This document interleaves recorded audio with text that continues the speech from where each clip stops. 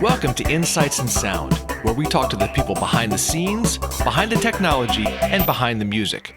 People you may not know, but you should. And please check out getitinwriting.net/shows for a full list of our podcast YouTube series.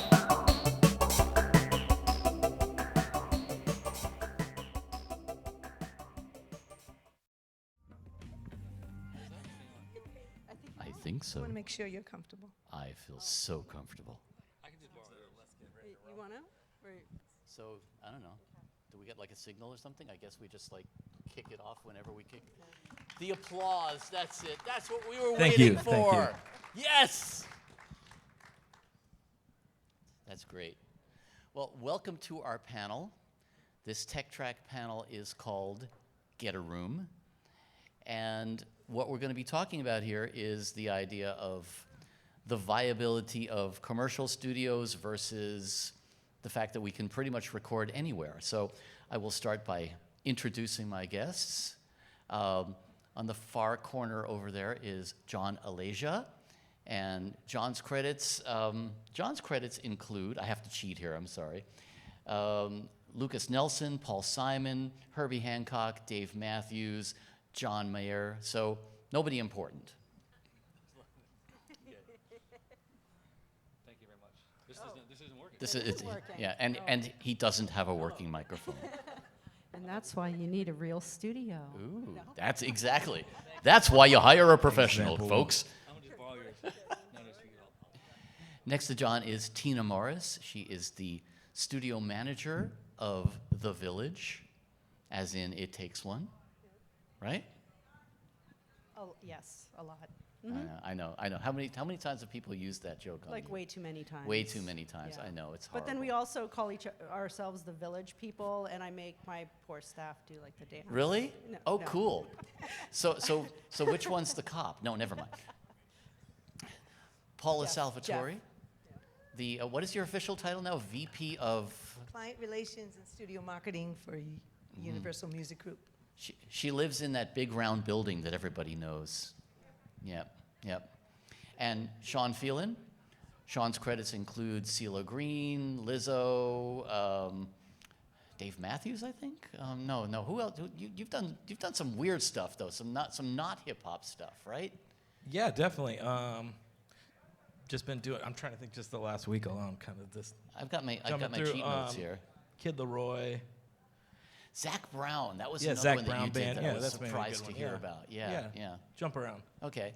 And my name is Daniel Keller, and I am the CEO of Get It in Writing and the host of a couple of podcasts. One's called Insights and Sound, which we are actually taping this for even as we speak. So let's kick off with just the whole basic premise here of this, which is that back in the old days, back when dinosaurs roamed the earth, you really needed a conventional space. You needed a conventional space because, first of all, the quality of the equipment wasn't up there. Even at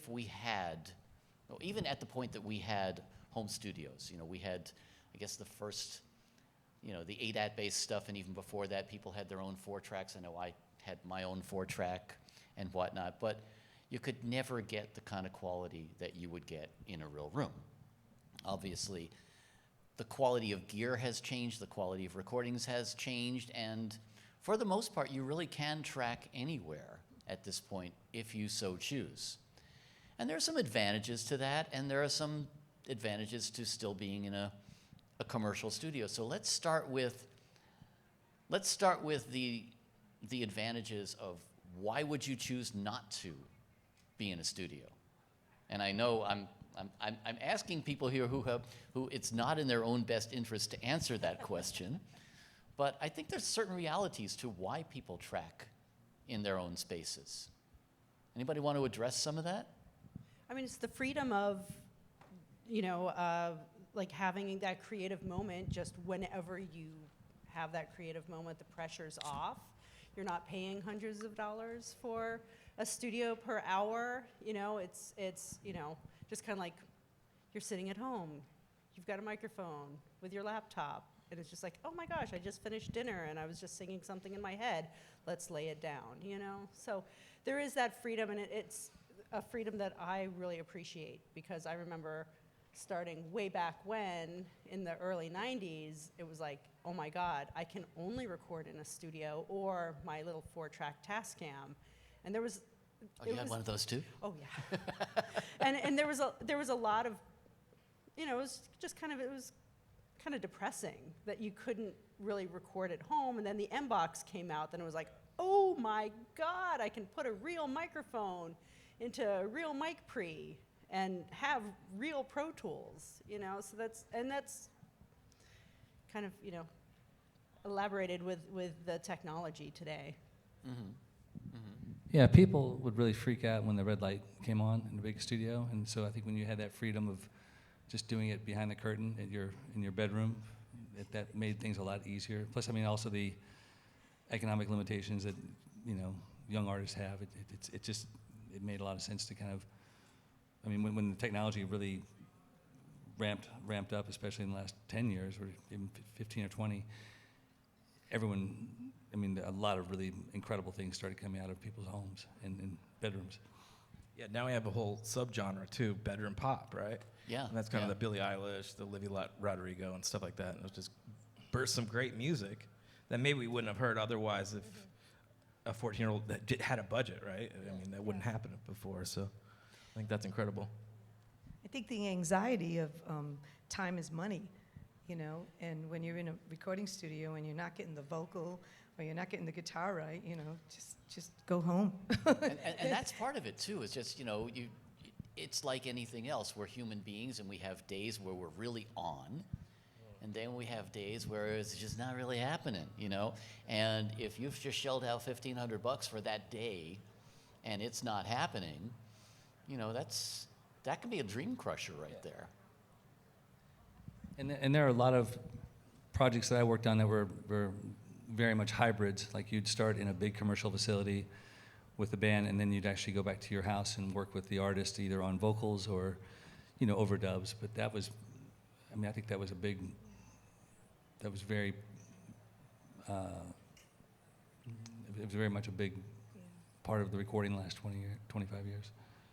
I definitely sometimes wish people would do some more wood shedding at the house and then bring it to the studio. You know, I think that was kind of the old method, and instead of just writing in the room or writing with mics up and stuff like that, it might be a little different process now. And you're getting into something that I think is really important here, which is pre-production. There has been such a dearth of that because there's been, you know, and obviously, you know, we can always lay the blame at record labels because, I mean, why not?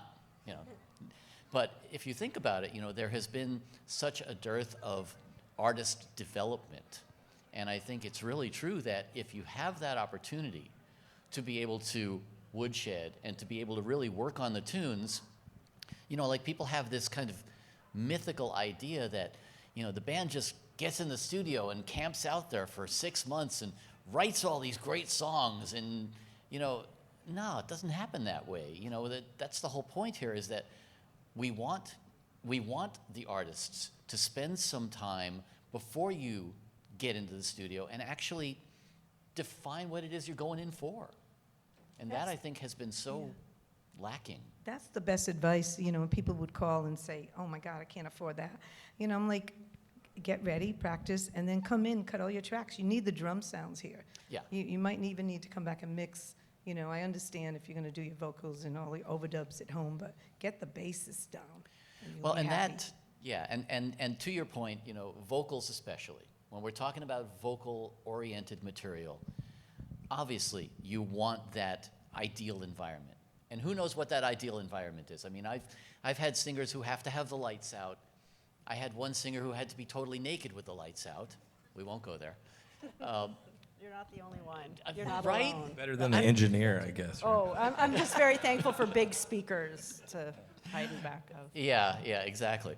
But you know, that's just it. There are certain situations in which, yeah, you want that low pressure environment. You want that kind of environment where we can really milk the time and get the most out of it. But you're not going to get that if you're feeling pressured. And you're not going to get that if you're feeling like, well, I really need to do this today. You know, it's got to happen right now because you're going to be leaving less than satisfied.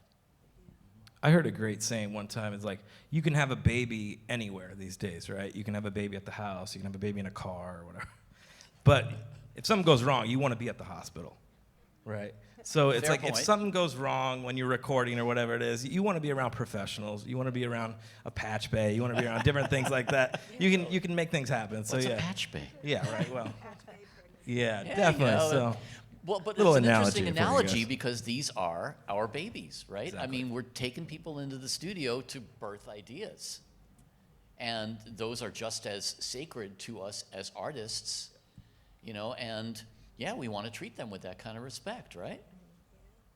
You know, but to your point now, you just raised a couple of interesting points. One being the idea of tracking some stuff in the studio and then going home and doing the rest of it and then maybe coming back.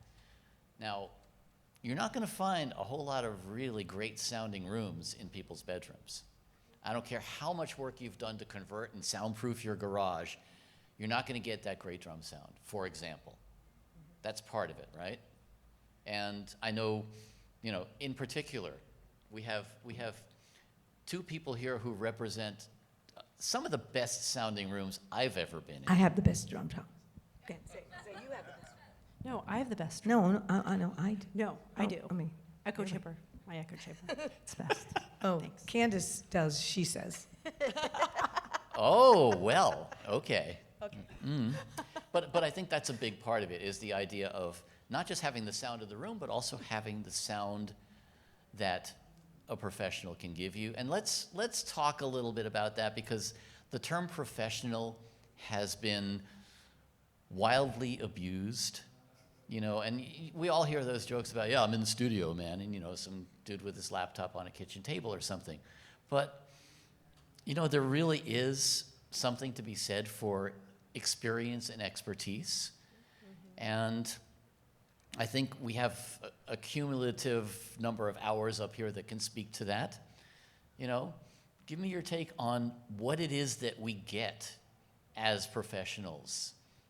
Well, I mean, I think, you know, like to go into like a real, you know, a studio that has been around for 50 or over 50 years. With know one the of those? history, huh? You know any of those? A couple. Okay. Yeah. I think, you know, even though like we have a young staff, they're taught by the best. You know, they've grown up under people like, you know, God bless their souls, Ed Cherney, Al Schmidt. You know, they were mentored by these. There's like a tradition and the mentorship that always goes on with a studio like Capitol or the Village or, you know, East West. You know, it's just this like the traditions are always passed on. And I know a couple of rooms are like, we have $30 million. We just built a giant sound stage. It sounds great. Like they hired the best and everything, but they open up and they don't have that heritage. Yeah. You know what I Yeah, mean? yeah. And it goes from like the engineering staff to the tech staff to even you know the support staff. You know, like people like we love what we do and we're always looking to pass that down to people. That's you know? the point right there, is that there is a real dedication there, I think. And there's another point that you kind of touched on too, which is the creative process. You know, and I have taught recording classes myself, and one of the things that I have said over and over again is, I can teach you how to run a compressor. I can't teach you when to shut your mouth. You know, the creative process itself is a really delicate and fragile thing. And you can kill it by opening your mouth and saying the wrong thing at the wrong time. And I think working with people who understand that and understand how important it is to keep that flow going, I think that's a huge part of it right there, isn't it? The interaction with people that you get at a recording studio, people running into each other, you see how people act in rooms, and you see how professional staff acts You can't always get that at home. It's a lot more Your than wife just can going out yell for at you all lunch the and time, coffee. Yeah, exactly. Also, just how to sound too. I never learned what a good vocal recording was until I assisted. I think it was Andrew Dawson, actually, another engineer for Kanye and a bunch of different stuff. Until I assisted him on a session at American Studios, I was like, oh my gosh, that's a totally different recording than I've ever gotten, that I'd ever heard. I would never heard that before. And hearing it in the room, too, is a whole different experience. When you really hear a record, how it was made in the room, you know, with a mixer, with a good engineer, whatever, that kind of changes just your ears, too. And I think that gives you more knowledge than you can get in years, you know. Especially if you can witness a session, a horn, a big band, or a string session, you know, people's mouths fall open, and when they see that or hear that coming in, you can't do that in the bathroom. Yeah. You can Also, try, when you get really good sounds, it inspires an artist. I mean, from a performance point of view, like they're like, good God, what the hell how'd this happen? Whereas at home, when you're learning, you know, you're coming up and you're trying to figure out how do I get that kind of sound. I mean, it's an eye opener when you get to see the Ed Cherney or Al Schmidt do what they do, and that's why it's almost like when you're in a nice facility like the Village or Capitol, and you see all these guys, the masters who've done it, and they've, like you said, they pass it down to the staff. You feel like you're in a safe place when you're in a nice environment like that.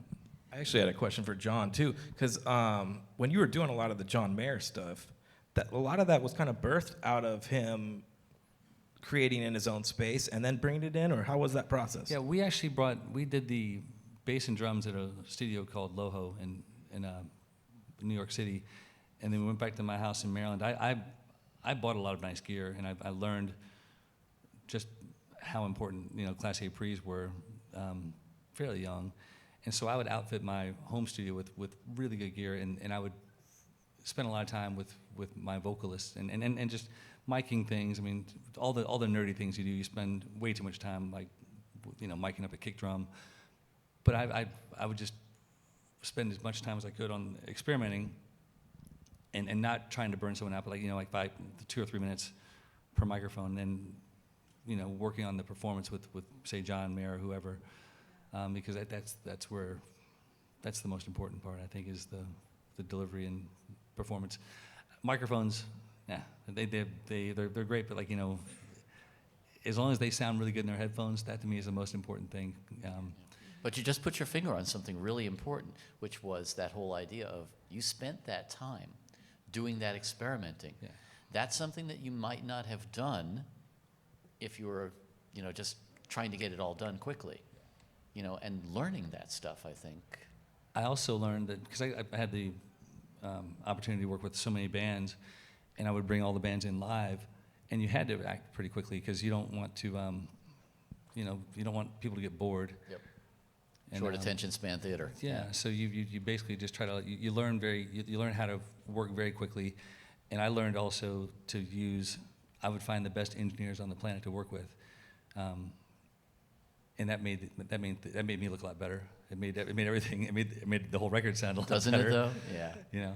Yeah, and that's true, and I think that's another advantage, to my mind, of working in a professional situation, is that if you're working at home or in a makeshift environment, shall we say? I don't know how you want to phrase that, but if you're not working in a facility where you're surrounded by a whole lot of talented people, you end up being engineer and producer. You're trying to run left brain and right brain at the same time, and especially if you're producing yourself, you're trying to be the artist as well. How do you maintain that objectivity while you're trying to figure out what EQ sounds good?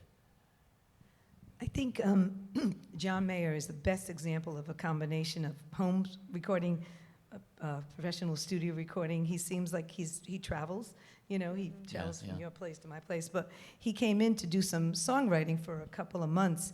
And I said, you know, you have that studio, you have Montana, you have home studios. He said, I just needed a place that was going to kick my ass. I said, we'll do it. We'll kick your ass, you know. But sometimes that pressure of your peers around you and looking at the pictures that you have and I have on the wall it's kind of intimidating. It's kind of a kick in the butt, you know, because at home you're like, I can do this recording or I can have an English muffin, So, I think he personifies the best example, and he's great to work with. There's definitely a rhythm that happens in a major recording studio or in a building, and you can get in this rhythm of like, the downbeat, when the coffee's being made, when this is, and you can't kind of break that. So I think it helps actually having sometimes, lunch break, and sometimes at the house there's not really any rhythm to it. And Yeah, And- I always choose the English muffin if I'm recording at home. Over That's the bagel? bad. Or the bagel. Well, you get yeah. a bunch of hungry guys. Someone in the control room is going to okay, I can't take it. I'm hungry. There's Yep. like a lot of people that just Yep. don't eat, and someone's going to speak it up, and then they Yeah. have a nice lunch break. Yeah, but it's also, I think you touched on, like when you're at home and you're playing the producer, or you're playing the producer engineer, or when you have people in the studio with you, you also, like for places, like larger studios, we still have like tech staff. So if the computer blows up, we've got an extra computer. The techs run in and they fix it, and then, we're always, there to just make sure that, for the artist, nothing's wrong. Keep it Nothing's going. ever wrong. Keep we the always flow keep going. it flow That's going. that rhythm, you know? always that staying Yeah. pace, Yeah. And you have that support staff there. You have that support staff to get the artist coffee or their throat coat, and all that stuff. You're not Or running to just your own somebody who kitchen knows and the doing it. room. Yeah, Somebody who knows the room. patch base, somebody who knows how this might, I think the value of a good engineer, it cannot be overstated. and a you good know. assistant engineer Yeah, too. Yeah. It exactly. goes from the ground up. It's just It really does. and It a really does. good manager. It's Yeah. get me a gig, please. I remember in the 80s, a couple people started doing home recording, and everybody's freaking out. They're going to put us out of business. And I'm like, no, they're not, because Oh, yeah. you know what? Who's going to build a bathroom in a home recording studio? And all the wives or husbands are going to get really mad.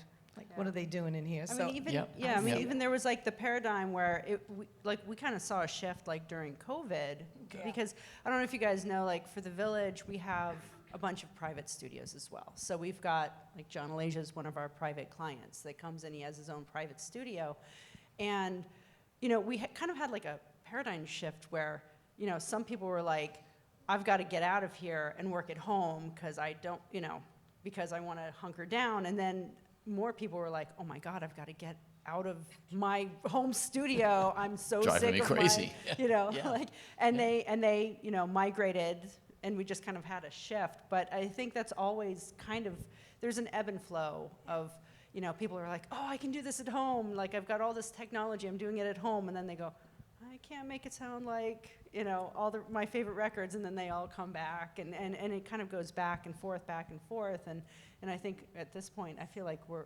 even with like film scoring and, TV production, everybody's like, no, we need to do real strings again, and they're back again, where Keeps before, going around. it goes and goes, I think a lot of producers and engineers or even artists get bit by the gear bug sometimes too, and they're like, No. oh, well, I want an 87 from my house, or I want this, and I want to get this mobile rig, and every time I hear that or try to help an artist out or a producer out set up their home rig, half of me is going, well, I might lose my job here, but it always comes back around, and then they come back to you in the end. kind of, but- Exactly, because you know what?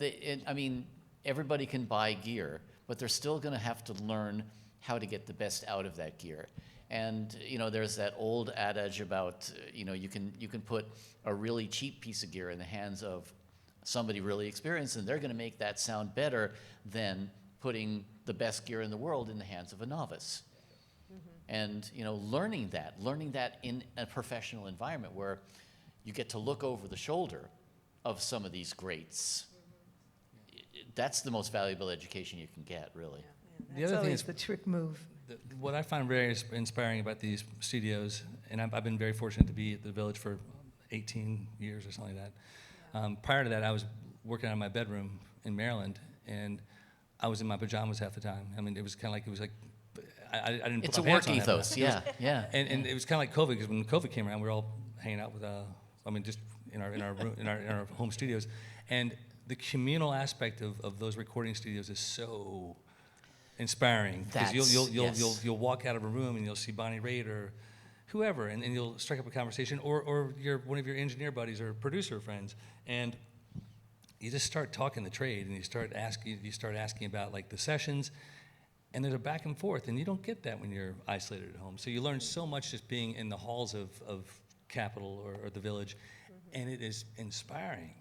I mean, I just remember everybody being so psyched to get back to the studios after COVID. We were, Well, and to your point, there are those legendary just encounters.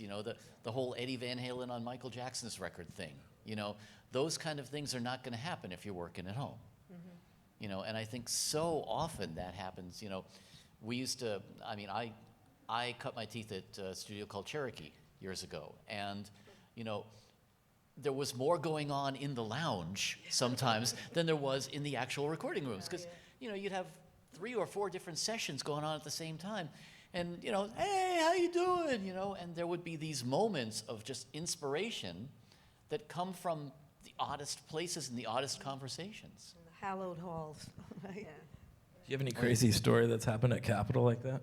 What's that? Do you have any crazy story that's happened at Capitol, a collaboration or anything? Yeah, I was just thinking, like, seeing Lenny Kravitz talking to Ingeborg Humperdinck, stuff like that. Now there you go. And Bootsy and Richie Carpenter was in redoing Carpenters again, and he was getting coffee outside of A, and Bootsy came in, from the other room. Oh, to be a thinking that's fly where on that From the wall. moon. And I was just Oh. standing there watching them both kind of go, oh, hi. It was just like so crazy.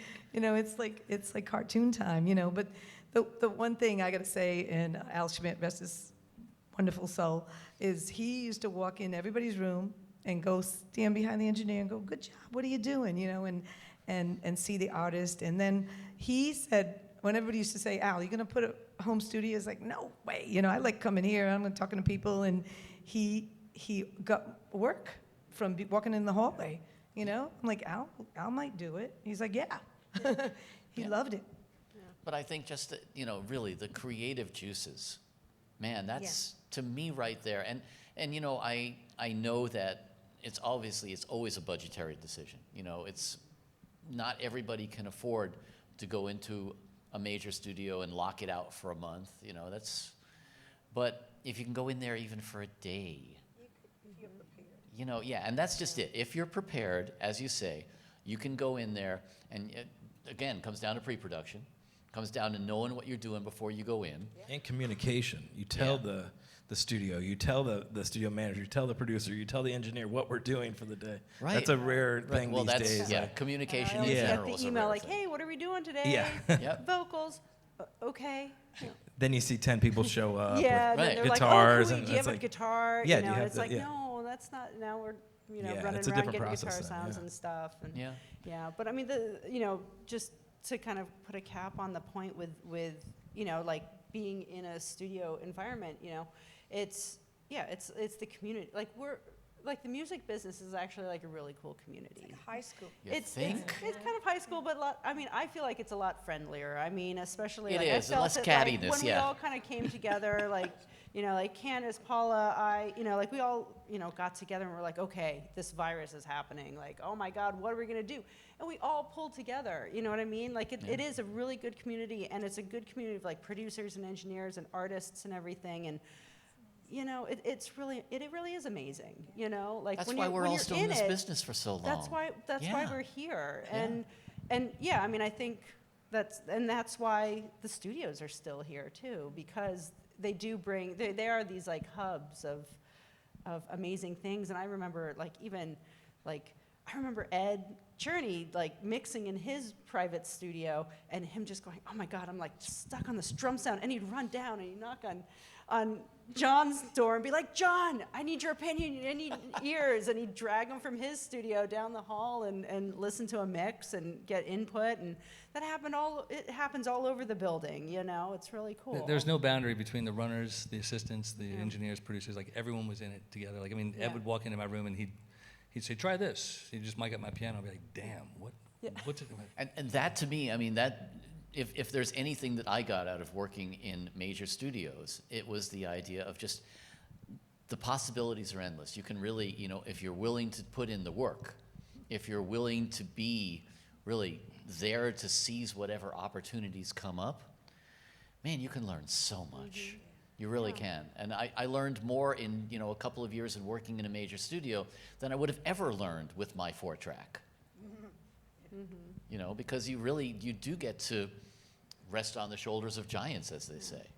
And all the young people keep us on our toes because everyone who's come out of Berkeley, they can just run circles around me, and I just kind of have to say, what are you doing?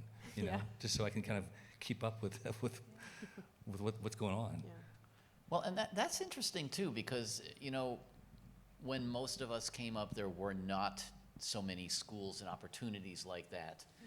At the same time, I think, as I say, you can learn certain things in school. You can learn a lot of technical stuff, but the value of being there, the value of being involved in that process, you're not going to get that in any school. That's why we still have these temples of sound, as I call them.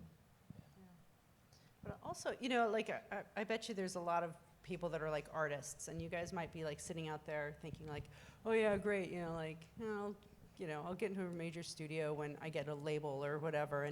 And you know what? Like, I have a lot of people that call up and they go, do you guys take people who don't have record labels behind them? And it's like, We take people with money.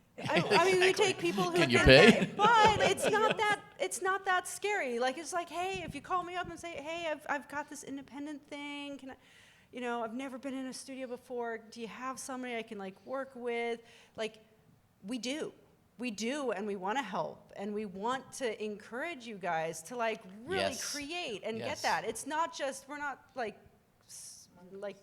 not like snobs, oh no, you don't have a record label yet. Well, call me when you do, it's not going to be like that, So we're here to help and create and have people who have wonderful ideas. So it's not just, it's not just for people who are signed. That's such a great so don't point. be scared of that. Don't be scared of calling us up. That's honestly. such a great point too, because I think a lot of younger artists coming up, they really see it as this rarefied air, and they're so afraid. They think, well, I'm never going to be in a studio, And so many times, I think, just bite the bullet and go into a studio for a day. Even if you can just get an internship and hang out, there's so much you're going to learn that has nothing to do with the gear. The gear it's gear. There's great microphones out there. There's great, you guys, between you probably have, walls and walls of fantastic vintage. Well, I know you do. So, I'm not even guessing probably. Yeah. But there's so much you can do, especially these days with everything, everything virtual. But you're not going to know how to do it unless you get in there and experience. And I think during COVID, Zoom tried to take the place of relationships, but the minute we could start getting out, I've never seen so many happy musicians. They're all hugging each other, and it's like, whoa. Oh, yeah. It was great. It was like a new dawn. Yeah. So We're seeing that here at this show. Yeah. How many of us are just, thrilled just to be back at NAMM, Seeing people not on a screen, well, except for the people that are online. Hi, guys. But it's great to finally get to see people and collaborate together and have that magic moment together in person. Yeah. Because that's really what music is, and music has always been that. If you think about how music was, around a campfire. That's how with the Neanderthals and when music started. You know what I mean? It's all about back in the the personal. 60s, right? Musician Neanderthal band. Oh, I love that band. Yeah. The Neanderthals. Yeah. But It was a band in the like Tom 80s. Petty said, putting lightning in a bottle. Yeah. When you Yeah. get that from other people, I'm always amazed when people jam together. They're just doing it out of their hearts. Yeah. And you capture that. Yeah. So let's talk a little bit about how you guys, how commercial studios have adapted to this. You talk about the idea of, for example, renting out rooms to people for their project rooms and stuff like that. Obviously, you've also the clientele you have coming in is different now. I mean, you don't have people locking it out for months at a time now. You have somebody coming in for, hey, can I come in this afternoon to do vocals on something, whatever it is, How has that been for you guys in terms of adapting to that paradigm? Oh gosh. Well, I mean, I think the biggest thing that we've done is like look towards like 5-1. Like back in the day, 5-1 mixing. Like with the movies, movie scores, and everything, and being adaptable. Like basically, like we do. You guys put in an Atmos system, we put in one. Like we're always looking for the newest viable thing that's going to be coming out, so like being able to like adapt that way, but also I think like for us it's not being just the gear, it's being the people and the humans, and really being of service to the music and the musicians and the artists. We're like, I'm sure you guys are like, it's like a 5-star hotel. It's like you can get a motel somewhere, but it's not gonna, but you're not gonna get the best sleep because you're not gonna have the best service. You know what I mean? Like, it's, then that's what we tell everybody is, when they start, we're like, we are of service to the music. It's not about us. It's not We're about. a service industry. We're a service Absolutely, industry, and, yeah. and you want that the artist to come in and not worry about if they have their coffee, or if their rider's filled, or if the microphone's going to die, or and all this stuff, and the piano's tuned and everything. And that's what we do. Is like we do all that legwork so they don't have to. So I will say, in COVID, I own a studio called Silver Lining Studios. Got a couple of my engineers and assistants here today, and we've had the studio for about, I don't know, maybe 6-7 years, so pre-pandemic as well. And then we moved during the pandemic. We switched our whole business over. We have like a 5,000 square foot facility in Studio City. We switched it all over to long-term rentals.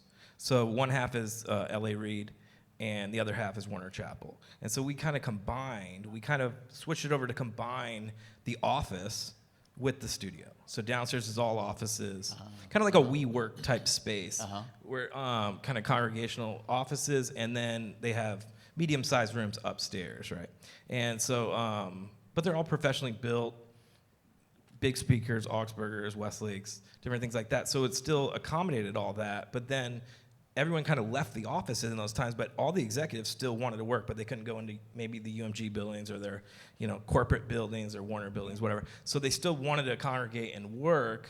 So we kind of just shifted a little bit in that sense, and we were like, can we combine the space? And I also work a lot with Paula's and with Rob, and shout out to Rob Christie at Republic. Yeah. Worked there a lot, and they kind of did the same thing. Yeah. They kind of switched everything where now the studio is their home base for the label. So like the executives will take all their meetings there now. So it's kind of switched over, and it's very interesting. So it kind of went from a sound hotel to like. Yeah, well, record companies all around have been investing heavily in writer rooms, creative spaces, production suites. Yeah. They learned that, and that's what they want their artists to have a place to go. And at Universal Music 2115. We built all these writer rooms for Interscope, and that's what we were doing at Capitol too, just to get, phase one, get your song down, get your song together, and then we would rent to people that could come down the studio and, do the arrangements upstairs and come down the studio and record. So the record companies are really paying attention to that. Best of both worlds, basically. Well, and you have an executive that will walk in right in the middle of the song. Like we'll have Wendy Goldstein walk in, we'll have Monty Littman walk in, or somebody, and they'll be like, this is great. Oh my gosh, let me call Serban and get this mixed tomorrow. And that wouldn't happen if it wasn't in the studio. And same thing, like we'll have marketing meetings downstairs while they're making the music upstairs. And it kind of goes back to where it originally was. Originally it was a Columbia studio, it was a RCA studios. Those were the best studios, and it was kind of like, then you had independent. You had the songwriter the Brill rooms building and stuff kinda, like that. That old mentality, and that's what we're kind of trying to move into. And I have to thank COVID for that, I guess. But that's the silver lining, and that's our studio name too. Yeah. Little plug. But I think to your point, that's exactly what all of these commercial rooms have been evolving to, is the idea of, as you say, it's a service industry, right? So what are we doing? We have to find a way to still meet the needs of musicians. And I love the idea. I mean, to me, the whole idea of a commercial studio is for people to get that experience, to understand what the difference is, and to really experience the creative process in a completely different mode and on a completely different level than you will experience no matter how great your laptop is, no matter how many plugins you have. You know, the ability to be in that creative space, both metaphorically and literally, I think it changes the whole paradigm of how you're making your music. And the gear does matter, especially now. I think people want to say it, it doesn't. You can make gear, but now the expense of gear now since COVID has gone up so much. Oh my God, yeah. So you have some of these pieces, you can't get them. You can't use a 67 unless you go to Capitol where they got 35 or something of them. So yeah, you can't afford $25,000 to get one of these. So it's kind of cool, and that's where you can kind of there's also these sound museums of sorts too, where you can get your hands on the real Class A pre's and stuff, which you just can't afford it anymore. Well, and it reminds me there used to be a running joke. I think it was Shelley Yakis over at A&M. He would back in the 80s, he would buy up all of the Pultecs and LA2As that he could find, and he would have his techs repair them, put them in a rack, and if it wasn't up to snuff, he would put it back on the recycler and sell it. So the running joke was, if you found one on the recycler, Shelley's already been through it. It's not a good one, And those pieces of gear, they're rarer and rarer as time goes on, and not just the pieces of gear, but the people who really know how to run them, and how to operate that gear, because it's not just the gear. And that's what you learn. Like, a lot of good studios have great echo chambers, and Capitol has those. And for years, it was like we entice people to come. You can only use the echo chambers if you come in. So when sampling started, and then we kind of held a note. No, don't record a tone in the control, and they'll they're sampling. I'm like, what's sampling? It's like when you're on the dawn of every new discovery. And we held out, and then Universal Audio said, we're going to sample the chambers. And I was like, and it worked. I mean, people still come in, or they use the plug-in, which is great, but it almost makes them go, oh, maybe I'll go hear the real thing. Well, and that's just it, too. I remember having a conversation once with, I think it was Ivana Manley was telling me that, she resisted for a long, long time allowing anybody to create a plug-in of her stuff. And she said when she finally allowed, I think it was UA, did a plug-in, she said their sales went through the roof because people could finally try one out, and I think the same thing is true, as you say, You can't hold on too tight. I mean, I was at Sound City, and from Kendon to Sound City, and drum machines came out, and everybody's like, these big room, we're going to lose. I'm like, come on, drummers will prevail. Drummers, and the best drummers figured out how to program drum machines. Jim Keller, Yeah, there you go. Exactly. And I think there again, if you don't adapt, which is, basically what we're talking about here is commercial rooms adapting. It's an evolutionary process. It's an evolutionary process that happens in all parts of life. Those species that can evolve survive. Those that don't, they're dinosaurs. So that's why the studios we have at this point are, I know certainly that the, Capitol and Village are nothing like they were 20, 30 years ago. And it's not just different gear. It's a whole different mentality, isn't it? Mm-hmm. No, absolutely. I think, like for us as well, we've kind of, we don't really keep it so dear where it's like, oh my gosh, we're just a recording studio. Like, we're like, what else can we do, And we renovated, because the whole building used to be a Masonic temple. So we've got these big giant ballrooms, and, back in the day, before Jeff Greenberg took it over, it was like they weren't using the top 2 floors of this 3-story building.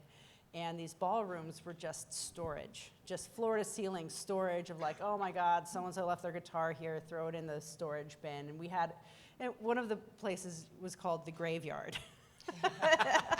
And it was really creepy and very unsafe. There was so much stuff piled all the way to the ceiling. And finally, we were like, let's do something with this. So we renovated these ballrooms, and now we do like live shows, we do events, so it's not just, we're just a recording studio and we're just a rock studio. Like, we're like, let's just do everything. Like, let's do events, let's do string sessions, let's do, It's wonderful.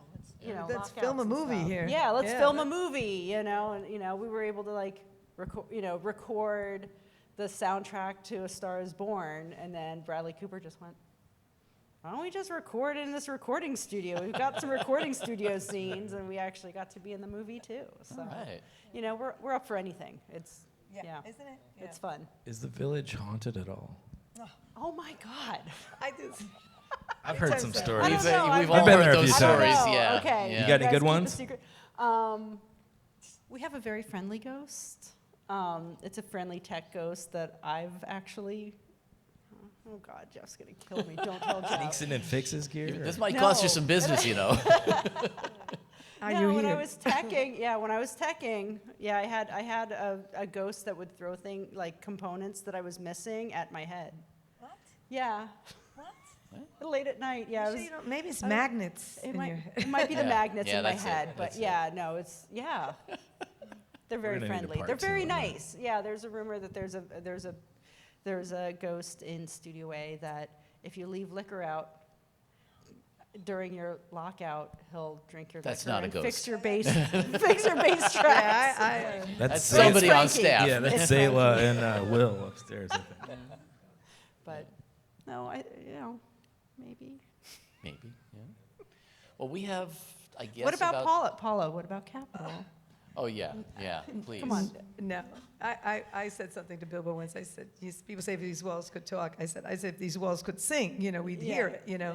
But at Sound City, everybody said that too. But there was only one time that I was stuck listening to some really raunchy, heavy metal, screaming, guitar blaring, bad lyrics, very bad lyrics, and I just said, You were in that session too, huh? and I had to, I kept getting asked to go in. I'm sitting there, I'm like, oh God, please just get me out of here. And the two-track they were playing went, stop, but the voice kept going forward. And I was like, and they all turned around, they're like, what's good? They were all like mad swearing at the guy. And I said, I gotta go. Oh gosh, strange things are going on in here. And I said, okay guys, sorry, I gotta go back to work. So watch what you think, Yeah, too, how I right? get, Yeah. Well, we have 10 minutes and 59 seconds left. Wow. So, want to open it up to any questions or anything like that? Oh, that'd be, Yeah. I think. I I have a question thought real there quick was for like John. Do you still have any of those Class A Prix? Did you keep them all? I do actually. Is that the retirement plan? Oh. That's what I'm thinking about. I've got a few things actually, but I did sell my Pultecs and my 176s. I mean, I do like the plugins quite a bit. Yeah. But I do have all my gear though. I got a lot of it in like 7 states. Something like that. 7 states? Seven. Yeah, states. I let people borrow my stuff. I don't want to sell it to them. I just let them Yeah. hold on to it. Just long-term loans. Yeah. But I have more guitars and keyboards than outboard gear. Wow. What do you got? little It's so hard to part Interaction. from instruments. Yeah, I like it. Yeah. Sounds like we might have some bartering going Yeah. on. Maybe. here. Brought my credit card. See how it happens? Just like that. Exactly. And that, there you go. Right here is proof positive of everything we're talking about. This is collaboration right here. I thought there was like a microphone or something, but maybe there's not. But if anybody's got any questions or anything like that they want to voice to our panelists, now would be the time. So are you, girlfriend. All my buddies. I got to say, like, one thing about the interaction between the studio girls and guys, we're competitive, but we're best friends. And I always say business begets business. And it's like, if you're, I hope you're really, really busy because you got to turn someone away and they can Yeah. come my way. And, Yeah. and the interaction, the camaraderie is so special.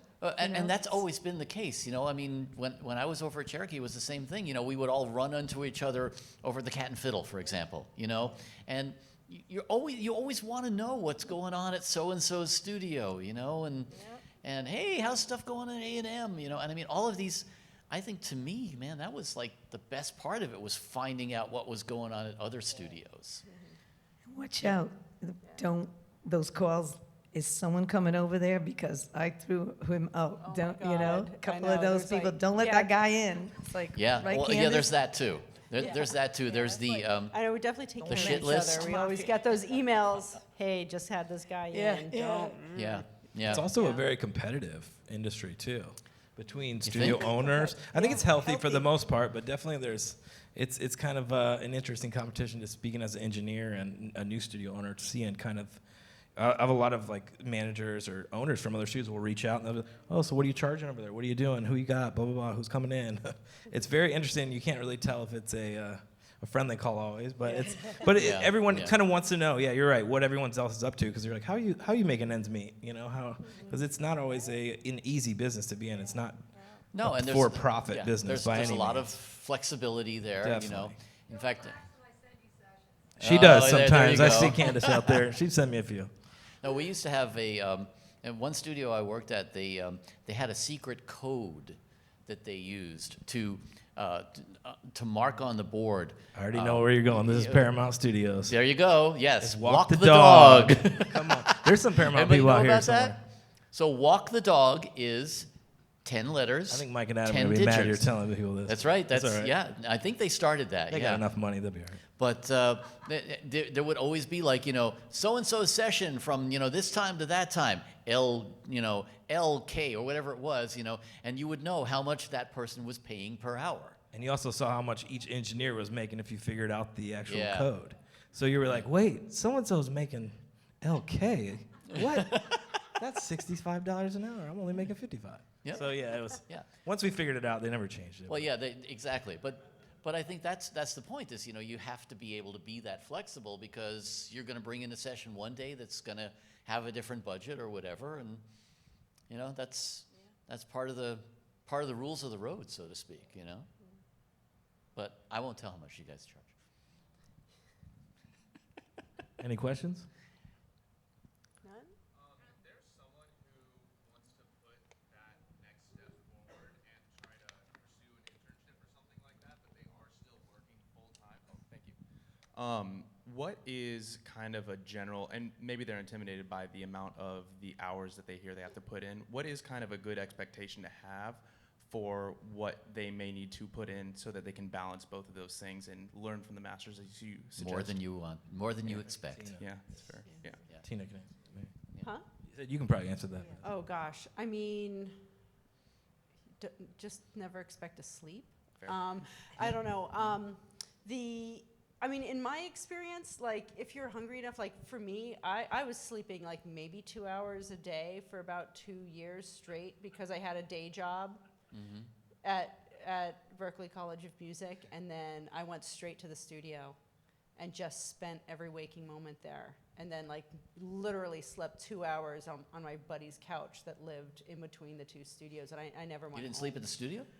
I didn't sleep at the studio. Oh, No, it was too that's- I can creepy. never sleep in a studio, You actually. know, Yeah, I yeah. can't. Yeah, I don't know but why. I You mean- find a couch somewhere I in mean, the back, it's you know? probably not what you want to Couches are the hear. worst. Yeah, you don't want to sleep on the You couch. know? It's the truth. And you It's don't know But what's it's in the those couches truth. either. But you know, you can always like for people starting out, you know, like like for me, I'm always very flexible because I know that, you know, we don't pay runners, you know, or we pay the runners, but we don't pay them like a lot of money. So I know that people have to make ends meet some other way, like with a restaurant job or Starbucks or whatever. So you know, I think we're always very very flexible with that when you're starting out, and once you prove yourself and you're getting more hours and stuff, then you don't need that job, you know what I mean? So don't be afraid of it. Thank you. know? Appreciate that. You got to know your passion getting into it, though. And if Yeah. your heart's Yeah. not really into it, you'll find out. You'll Oh get yeah, really no, irritable. I've had a lot of people break at 6 a.m. when they've lifted their third couch up 3 flights of stairs, and if they're not like really into like wanting to engineer and get into those spaces, they just break. But and that's say, just it. You "That's just it, I'm out." Yeah, but you know You what? It really does come down to if you want to find a break in the industry, you have to be there for those opportunities, and that means working a lot of hours, Yeah. usually. But it's a great time to get into this business right now. Everybody's so busy. That's right. Everybody's so busy. I mean, my guys are moving up really fast, like probably faster than in any other time. Okay, we got 4 minutes, and I think we Okay. got more questions. I have a question for Sean. So I'm a mixing engineer too, and with the whole home recording, sometimes I may think that, yes, let's get into a studio and record this vocal better, but we get into the studio and then the artist says, no, I like my home recording better. And maybe I think it sounds technically better, but it's missing some sort of feel, or he was in the zone during his home session, and how do you manage that situation? Kill him. You don't. You don't. You just do it. I mean, the artist is always right. The artist is right, And man. and Yeah. they're right for a reason. Probably was better the first time.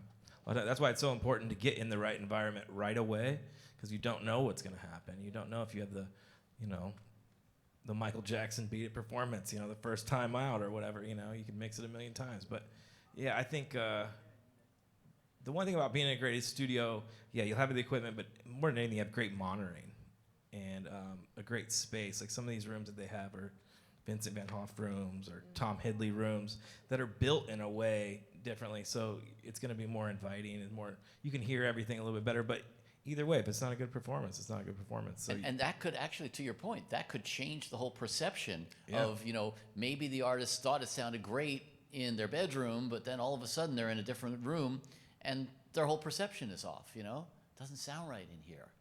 it's a common denominator thing Yeah. too. I think you're just, and that's one thing about a room and right treatment and everything like that. But either way, the artist is always right, so you kind of got to just plow ahead. I've done a million mixes, and I don't think any of them were mine that came out. I don't think a single one, right? I mean, Okay, you 2 can probably minutes. speak to that. 2 minutes, one last question.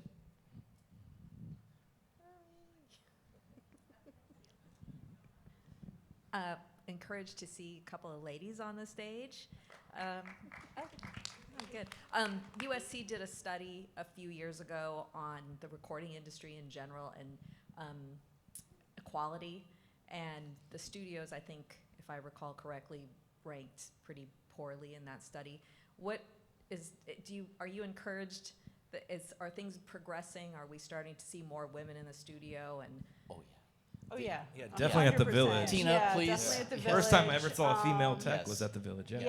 Yeah, we had one point where we had a whole female tech staff, which was freaking amazing. Yeah. But yeah, no, we really make it, we make it a major point to make sure to hire females and, females equally. And You know. the business really opened up, and girls are getting braver to, I would never think of doing Women's making audio missions, sound girls. Yeah. There Yeah. are a lot of advocates There's a lot out of there Women's right now. Network, there's Yeah. She's Yeah. Music, Yeah. they're really pushing, with that article, it really helped, because they're really pushing women to get in, encouraging women, and I see women really helping each other out, working together, instead of And just the worried colleges about you are taking- doing a really great job Yeah. encouraging, Yeah. and that's where it really starts, is really encouraging like female engineers to join, to Yeah. get into those. You want more too, Yeah. always. Yeah, we want Oh my more. God. we Yeah, want I mean, a balance here. Yeah, It comes from I know here. we're running out of time, but I mean, I think, if you do have a studio, I encourage you to hire female engineers as well, because the female clients, the artists, always feel more comfortable, Yep. obviously, when they see female engineers and female staff members. Natural around. hospitality. Yeah. Absolutely. Well, thank you all for coming, and thank you to my panel. Thank you, Daniel. Guys are Thank you, awesome. guys. Really an honor to be here for you all. It was awesome. Yeah. Hey, I'm Daniel Keller. Don't forget to hit the subscribe button and join us each week for Insights in Sound.